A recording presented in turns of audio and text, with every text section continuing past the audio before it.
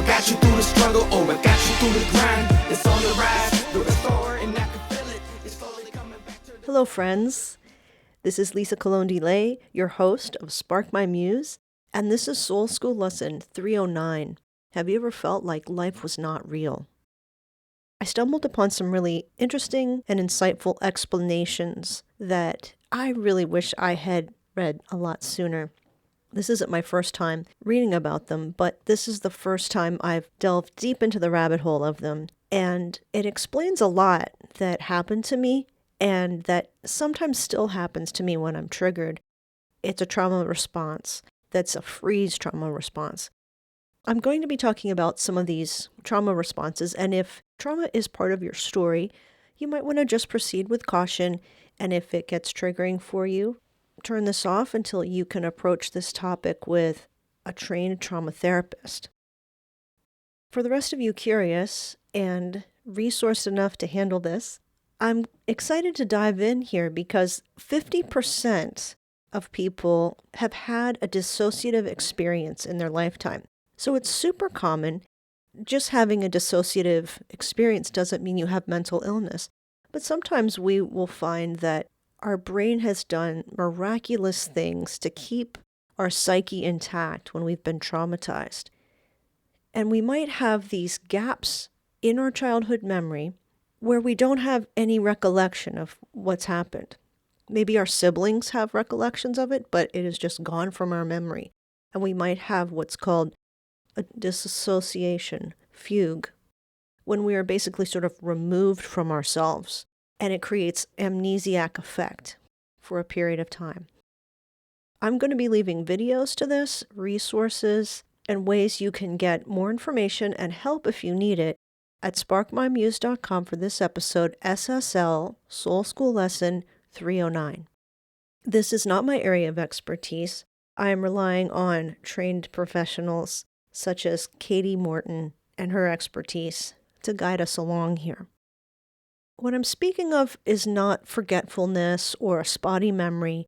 It is not related to substance abuse or drug or alcohol-fueled amnesia, any kind of head injury or head trauma.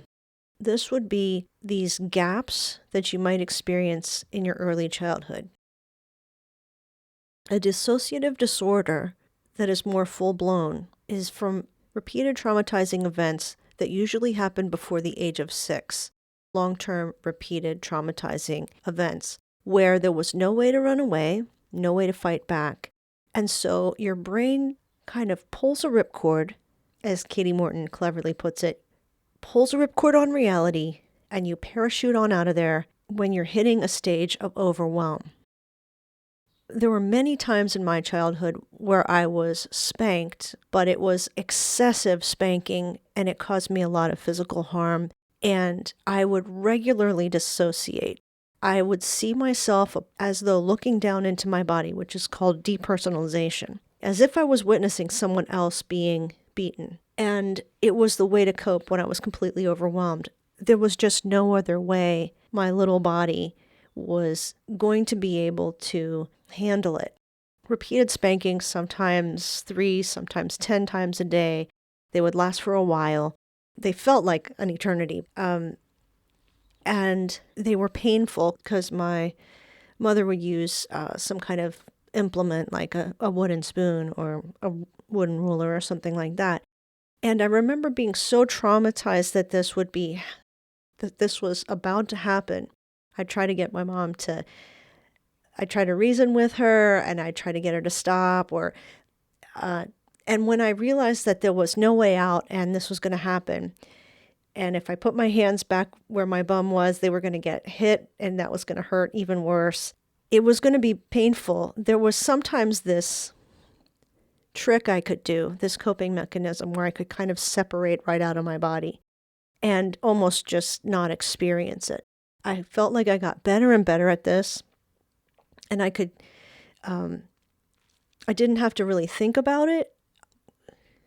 I didn't have to look back on getting spanked because I could kind of go into a little fantasy world afterwards. This made up a lot of my childhood. I remember getting lots of spankings. I was homeschooled, so this would happen just about every day, pretty much every day. I got them a great deal more than my younger brother and younger sister did. And the reason why I started digging around about this is because I've been triggered into dissociative experiences also. I had a grief experience, and this was a while back, but I felt like the whole world wasn't real, off and on for weeks. And I just felt like I was watching myself go through the motions of life. This is actually incredibly creative for the brain to be able to do such a thing. So I wanted to dig into it more, understand what dissociative experience is like, why it happens, and I found there's a whole spectrum. So, like I said, 50% of us will probably experience some version of this. Sometimes there's a traumatic experience, perhaps, let's say, a fight or an altercation, and say you're an introvert. And it might be so overwhelming, you sort of space out. Maybe you have no real good memory of what's happened, and you just sort of come to, in a way, hours later. If you are in complete overwhelm, that might happen. And that's called dissociative amnesia. With dissociative amnesia, and when I say dissociative amnesia, I'm not talking about a spotty memory or forgetfulness, which is quite frustrating because we sense the gap in our memory and it's noticeable to us. When we talk about dissociative amnesia, we aren't even really aware of a period of time that we can't remember. There'll be some reason why it'll come to our attention, but it's not because we think we're forgetting something. It's just gone out of our memory. Some people forget what was happening in the world at that time. Some people forget how to do certain things or who they are to some degree. When we're little, to survive and continue living, this going away or retreating into ourselves and shutting off, shutting down, it feels a lot better than to live through it or to re-engage with what is actually happening. And then there's maladaptive daydreaming. Maladaptive daydreaming is not strictly diagnosable, but this is a really interesting way of coping that's very common among children. And then some people take it into adulthood, and they might spend a lot of time in a day creating a realistic alternate reality for a form of escape. They kind of caught up in a fantasy world of our own creation and think up a character or a persona and a whole world around this that they can get lost in. And it can be hard to snap out of. You'll be able to do simple things in your life, but you really aren't present or attentive to real life happening. Very distracted. This is a coping mechanism we use as escape in imaginative younger children. It's quite common. It can be something we jump back into so we can feel safer and more in control and self-soothe. Apparently, some people during the coronavirus crisis found themselves doing this as a way to cope when they were alone a lot, when things were very unusual, unpredictable, and they felt highly stressed and concerned, either about getting sick or about relatives who were sick who they couldn't see. And some people took to this fantasizing in realistic ways for escape. Again, this is when we are out of our window of tolerance. It's done for protection. And during that time, it's very difficult to make memories of what's happening in regular life. We're trying to adapt with these coping skills, but they're maladaptive. They're not good ways of coping with what we're feeling inside. To the degree that this happens in a really serious way, I'm not sure how common it is, but if that's been you, this is something that you can talk about with a therapist. Up the spectrum from dissociative amnesia is called depersonalization. And that's when we disconnect from the sensations and the thoughts and the feelings we have, the feelings of our body, our actions in the world too. So we might feel numb or not there. We might feel like we're watching ourselves. We might feel like we're witnessing something that's happening to someone else, even though it's happening to us. And in our memory, we might even describe it as it happening to someone else, like a sibling. This has happened to me before with people I know, where they will describe something that happened to someone else, and I can verify that that actual thing happened to them. Again, this is a protection mechanism the brain does to protect us from an overwhelm and an overload of big emotions or memories, and this is where we might feel like we're losing track of time. Some people describe this as a cotton-headed feeling or feeling foggy too, and like you're behind a veil or a wall or a mist. And these depersonalizations that happen, I've talked to plenty of people who've experienced something like this. And it could be during moments of great stress, great pain, great grief, or surprise that's a negative surprise. Derealization is related to depersonalization, but it's more severe. So it's a feeling of deep fog and disconnection with the whole environment. And that's when things can feel like real life is fake or that you're on a movie set and it is really hard to connect with your world. You might feel like a robot. It will also affect our perceptions, sometimes of sight or touch or sound or smell, other perceptions. Derealization is really this separation we do to protect ourselves for emotional or physical safety, whether this is real and happening right then or it's imagined and a flashback. Depersonalization and derealization are just up from that level in this spectrum of dissociative disorder. The most serious on the spectrum is called DID, Dissociative Identity Disorder. This had been at one time called multiple personality disorder. Now, with dissociative identity disorder, there are one or more distinct personality states. These are called alters or alternate personalities. They are created for protection to deal with massive trauma that's happening to a young child. These personality states might stay at a young age and can get triggered and switched back on. Sometimes the movement into a switched state is a matter of days or could be months or years. So sometimes diagnosing this disorder can be very difficult, even with a therapist who's familiar, because it can be gradual. Some people have such distinctive alters that they have different handwriting, different accents, different personalities and tastes completely. But there is an amnesia wall that is created during the time of a new alter being made. And that amnesia makes it difficult for all the personalities to know each other and know what's happening. So there'll be these big chunks of time that can't be accounted for in memory. It happens to women more than men. It happens with repeated trauma over time at a young age, before the age of 6 or 7. And it is really kind of a shattering of personality that, according to the woman I was listening to who has this disorder, she said that you can't really reintegrate them, but sometimes they can reconcile. Working with a therapist that's trauma-informed can really, really be helpful, but it can be very difficult to actually completely heal those parts because they are, in a sense, disintegrated from each other. So sometimes what happens is other people report to that person about the different personalities. Because of the amnesia, they're not aware that they were essentially act in a different personality state for a period of time. It's a really fascinating, extremely creative way the brain, the psyche develops for persevering and living on. Although people with this diagnosis are much more likely to attempt suicide. It's very stressful. People become very paranoid, have a lot of anxiety. It is really torturous for them to go through this. They can have little or no control moving from one state into another or have any memory of being there, and they may be triggered into different alters depending on what's happening. Some people can control who's in charge and other people can't. Some alters are not vocal at all or pre-vocal, very young, or do different jobs such as holding the trauma and the memories, while other personalities may be completely ignorant of memories of abuse.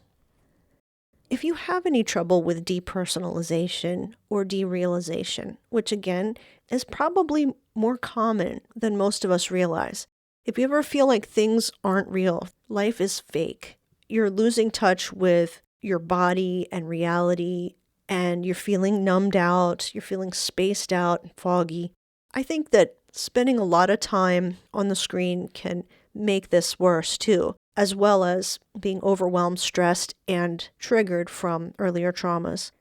There are ways to do grounding techniques that sort of bring us back into our embodiment, and I think it's worth it to go over these if this has ever been your situation. This is coming from Katie Morton. I will send you to all the links for this to go over it yourself, but these are a couple things you can do if you ever feel out of touch with your body because of overwhelm or stress. The first technique is called count colors. If you got the sensation that you felt disconnected from your body, you felt like you were watching yourself, you felt a lot of anxiety, or you felt triggered, you would breathe, sit down, and look around your environment, perhaps the room you were in, and then you would look for different colors and items around the room with that same color. So start with red, for instance. Look around the room. Can you spot anything that's red? What are all those things? Now count them. Look at them, describe them, and count them. In my room right now, I can see a red train. It's a train that my son printed out on his 3D printer, and it was one of his own creations. I also see my Puerto Rican flag that has red stripes. It's cloth, of course. It's hanging up, and I can also see a Mr. Bill doll, and he's wearing a red shirt. Then you would go around the room and describe blue things or some other color. I see a blue bike in here because there's a bicycle attached to a trainer in this room for exercise. And I also see a blue folder on my laptop. I see a blue blanket that's in this room. As you go around the room naming colors, you're trying to get a sense of your surroundings, really investigate them, really see your world and describe it. Breathing slowly, trying to feel yourself back in your body, trying to stay in your body and become aware of the environment and train your awareness. Another really helpful one is to change your body temperature by adding something or taking away something from your environment. This could be splashing your face with cold water. You might want to rub your hands together to feel the sensation of the warmth of the friction in your hands. Stepping into the shower or running your hands in cold water. Holding an ice cube or stepping outside briefly without a jacket when it's a little cold. Changing the temperature and being very aware of what your skin feels like, and obviously taking into consideration that you don't want to do anything too dramatic. You just want to feel the difference so that you can feel the sensations of touch again. Another one's called the ABCs. And this is working through the alphabet by looking around in your environment and mentioning what you see. Out loud is helpful, and you want to be careful to notice and focus. So say you're outside and you're feeling separated from your body in a way. You feel overwhelmed, maybe stricken with anxiety. But first look around and you might say, okay, I feel the air moving. That's A. And I see an airplane. Okay, now I'm going to move on to B. I see a bird. I see a bird sitting on a wire. And the bird is a robin with an orange belly. Now I am looking for letter C, and I see some cars. I see 3 white cars and 2 black cars. And you want to just work through the alphabet by noticing your environment and what you see, and you want to process this slowly and feel like you're in your surroundings again. Really feel embodied instead of allowing yourself to stay pulled out and away from yourself. Breathe deeply, these cleansing deep breaths. If you can, put your feet on the actual ground and feel the grass or the dirt beneath your feet. Try to do things that will engage your senses. Smell the grass, the flowers, the clothing that you're wearing, some food you could make in the house, a mint you might have nearby. Of course, therapy is a big help. It helps us to process through what we're going through. It's a common thing to feel. It's quite common to feel disconnected from your body if you're in a state of anxiety and overwhelm. Therapy will help us process through that and process through the hypervigilance that happens when we feel threatened, and we will get an urge to disassociate. Sometimes there's an urge there to pull out or to escape, run away, something like that. Sometimes it just happens without our realizing it. But when you find a therapist that specializes in trauma, they will be aware of what's going on with you and within you and be able to help. There are people, of course, who go through these terrible things like genocide and war and abuse, and they have no words to put around them. They don't have any labels. They don't have any way to know that they're not just crazy and going to stay crazy. It's not craziness. It is really creative ways the brain helps us survive.